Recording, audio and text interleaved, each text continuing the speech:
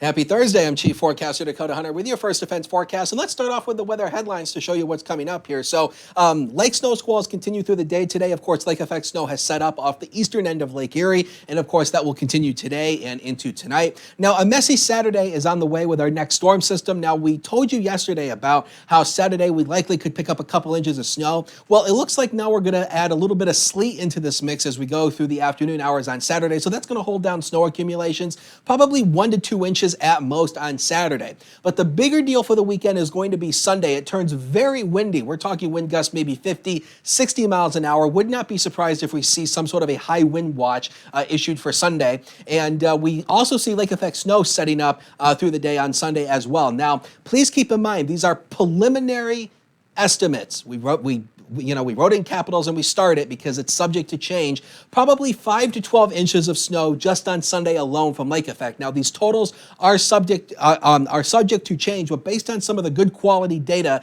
such as the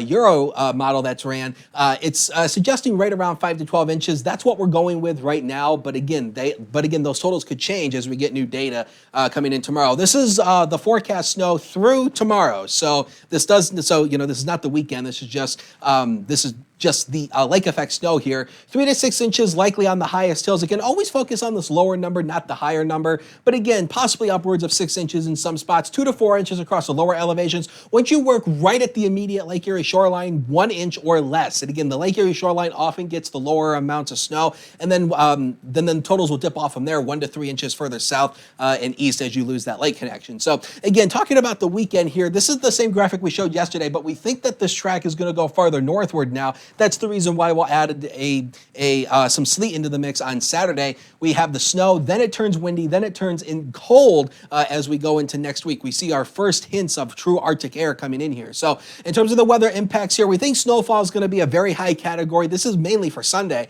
Again, upwards of 12 inches, not definitely out of the question, but again, the numbers for Sunday are subject to change as we get new data in tomorrow. So again, those numbers could be different. The wind could also be kicking up as well. Again, wind gusts near 50, 60 miles an hour. The temperature, not a big deal for the weekend. It's not going to be a big deal until early next week. So through the afternoon today, 27 to 34. Most of us will be hanging around in the lower 30s. So that's where most of us will stay today. Lake effect snow squalls through the day, an additional 2 to 5 inches depending on your location. Lake Erie shoreline a little less, blowing snow. Look at this wind west, 20 to 30 miles an hour. Wind gusts near 40 miles an hour, especially later today, especially in the afternoon. Lake snow continues tonight. Maybe another 1 or 3 inches, highest hills. That'll do it. Windy, but blowing snow will continue. 9 to 16 is our forecast low. Northwest wind 15 to 25 with gusts near 35 miles per hour at times. You can see it here on the 7-day, 19 degrees tomorrow. And again, that is just pretty frigid for this time of the year, but the temperature rises Friday night into Saturday morning.